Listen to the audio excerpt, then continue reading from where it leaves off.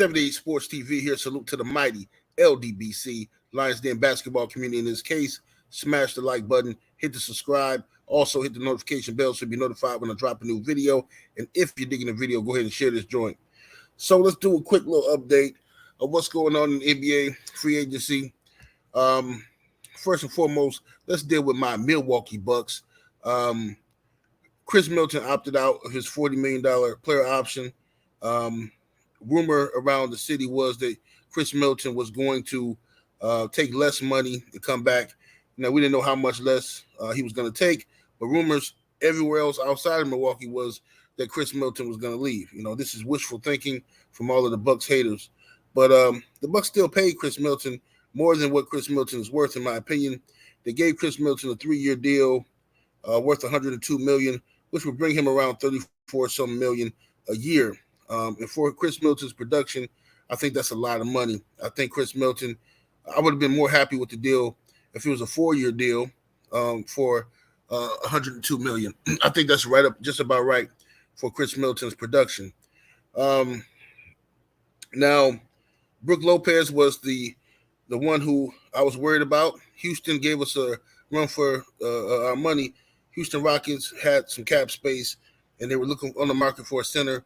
Brook Lopez came in second in, a Defensive Player of the Year award. He had one of his best seasons ever as a pro, Brook Lopez with us. So I was very proud of Brook Lopez, but I knew he wanted to get paid, So Brook has been underpaid for a while, So I knew he's going to be getting somewhere between $18 and $20 million, and that's what the Rockets rumored were going to pay him, $20 million. The Bucks came with a 2-year deal worth $48 million, which would give Brook Lopez about $24 million a year.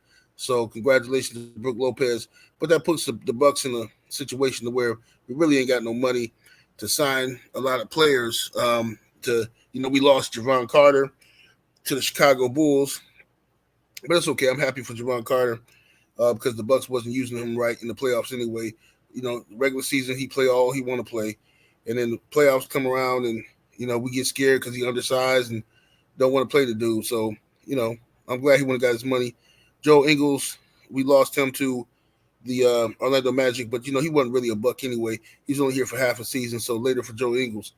Now, Russell Westbrook out there with the Clippers has many people would have you believe Russell Westbrook wasn't going to be in the league this time. He was out of the league and he was a cancer to this and that, and he's a vampire in the locker room and all this nonsense. And Russell Westbrook just gave the Clippers one of the greatest deals anyone could ever get, probably in the history of free agency. When you're talking about you getting a former MVP, a man who's averaged a triple-double, 4 different seasons, 5 different seasons or something like that, a man who obviously can still play, who fits with the Clippers. They got him for 2 years for $8 million. Unbelievable. Shout out to Russell Westbrook for, being humble enough to even accept that. You know what I mean? Russ wants to play, so I salute to Russ. He already got his money anyway. Russell Westbrook is wealthy. He good. Fred VanVleet, he signed with the Houston Rockets. He got overpaid as well.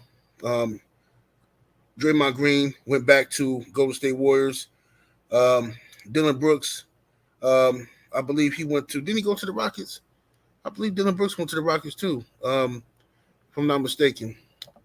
The kid, Austin Reeves, went back to the Lakers. The Lakers re-signed him. Let me see here. Matter of fact, let me look at some of these things here. The Portland Trail Blazers gave Jeremy Grant an extension for $160 million. And at the same time, Dame Dollars decides he wants out of Portland. It would have been nice if Dame Dollars would have told Portland that before they gave Jeremy Grant $160 million. If he would have said, hey, I want out, you know what I mean? But, it don't surprise me that Dame Dollars want out because this is what happens when pressure busts pipes. See, the media stayed on Dame Dollars. They stayed on him, constantly telling him he needs to win, he needs to leave now, he needs to get out of there, blah, blah, blah, blah, blah. And he tried to play it cool, like he don't care about this and that, but in reality, guys like Stephen A. Smith got to him. And you know how I know they got to him? Because the place he talking about going is Miami. Like, bro, come on, bro. Come on, man. Miami just lost all of their bench, all of their that young talent that was phenomenal this year to help them get to where they went. They lost all those guys. You know what I mean? Went up to the Lakers, and they're all over the place. So for Miami to trade for Dame Dallas now, they will have to give up even more. So what's going to be down there? It's going to be Bam Adebayo, Jimmy Butler, and Damian Lillard. Okay, that sounds great, but if you don't fill that up with pieces that actually work, no, I'm sorry. It's not going to do it. It's not going to do it. You know what I mean? But so Dame wants out. Okay. What else is going on? Kyrie Irving goes back to the Dallas Mavericks after all the hype and hoopla about Kyrie Irving having meetings. Kyrie Irving's having a meeting with the Lakers. He's having a meeting with the Suns, and he's having a meeting with this person. That man, don't nobody want to deal with Kyrie Irving problems. They just don't. They don't want to deal with it. After all that stuff, nobody wants to deal with Kyrie Irving problems. The only person that wanted Kyrie Irving outside of Dallas was LeBron James. And Rob Pelinka told him to go have a seat. He said, look here, wasn't you the same dude that was begging us to get Russell Westbrook only for you to then throw him under the bus and act like I need to do my job and get some more people here for you? Man, go over there and sit down somewhere. Right there. You in the headband. Go sit down. That's what he told LeBron Pelinka. So they weren't looking at Kyrie Irving. So Kyrie Irving, he goes right back to the Dallas Mavericks, and they're gonna have to do some improvement because I'm not impressed with the Mavericks with the duo of Luka and Kyrie. It's just not working. You know what I'm saying? So other than that, James Harden, don't know where he's gonna go, where he's gonna land yet. He's opted out. Well, no, he's not opted out, but he's requested a trade. So Philly's gonna trade him, but we don't know where they're gonna trade him. It's not gonna be Houston, obviously. Houston used up all their money. Dante DiVincenzo goes to the New York Knickerbockers. Let me see here. Who else we got here? I'm looking through this list here. Let's see here. Patrick Beverly headed to the Philadelphia 76ers. That's what's up. Cavs picked up Strauss from Miami. Bane signed a max extension from Memphis. Crazy. And Memphis picked up Jalen, not Jalen Rose, but Derrick Rose. Let me see here. D'Angelo Russell re-signs with the Lakers. So Lakers came out pretty good. They kept all their people. Mostly. I know they got rid of Mo Bamba and all them guys. Sabonis for the Sacramento signed a 5-year extension worth $217 million. LaMelo Ball signs an extension worth $260 million. You know what I mean? So it's been crack-a-lacking, you know what I'm saying, in the NBA.